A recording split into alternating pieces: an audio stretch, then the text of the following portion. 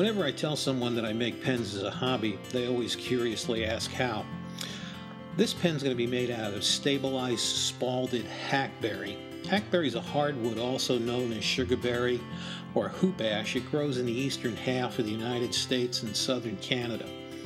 So what I'm going to do is take this hackberry blank and cut it to match the tubes that make up the basic part of the pen. So we're going to cut it to length and then drill a hole in each of the halves of the blanks, and the diameter of the hole is designed to match precisely the diameter of the tubes.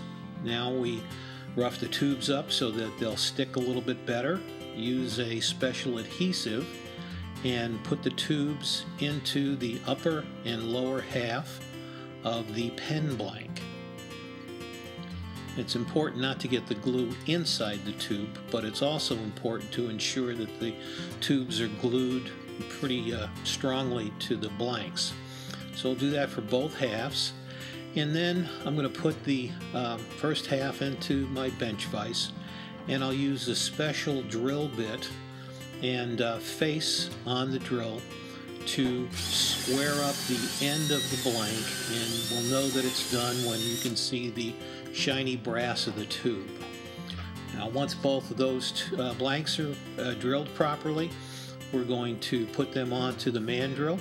There's bushings on each side of each of the upper and lower half of the pen blank, and they're a specific diameter for this particular pen kit.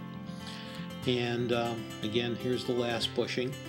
So once we assemble the pen with the bushings onto the mandrel, then I'm going to take it over to the lathe where we'll turn it to the precise diameter required for this particular pen. Now again, hackberry is a hardwood, but it is wood, which does turn very nicely. I also make pens out of polyacrylic, and that's a little trickier to turn, but we'll get the tool rest set and begin to turn the pen. Obviously it's still square at this point, but you'll see it rapidly turns into a cylinder here. We've got it pretty well rounded at this point, and now it's just a question of finessing it to make sure that we get the correct dimensions and that the ends match the bushings, as you can see here. At this point, basically use several different grits of sandpaper to get the pen polished, as well as some finishing oil, which we turn into the pen, let it soak for a while.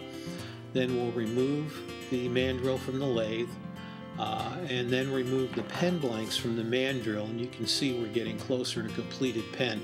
Here's how the parts lay out, and we basically press each of those parts in the proper sequence into the appropriate upper or lower half of the pen.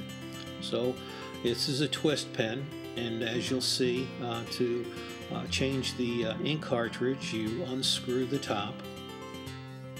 These are Parker style refills, and obviously you put that back in and screw the top back on, and then for all intent and purposes we've gone from this stabilized pen blank to a completed pen.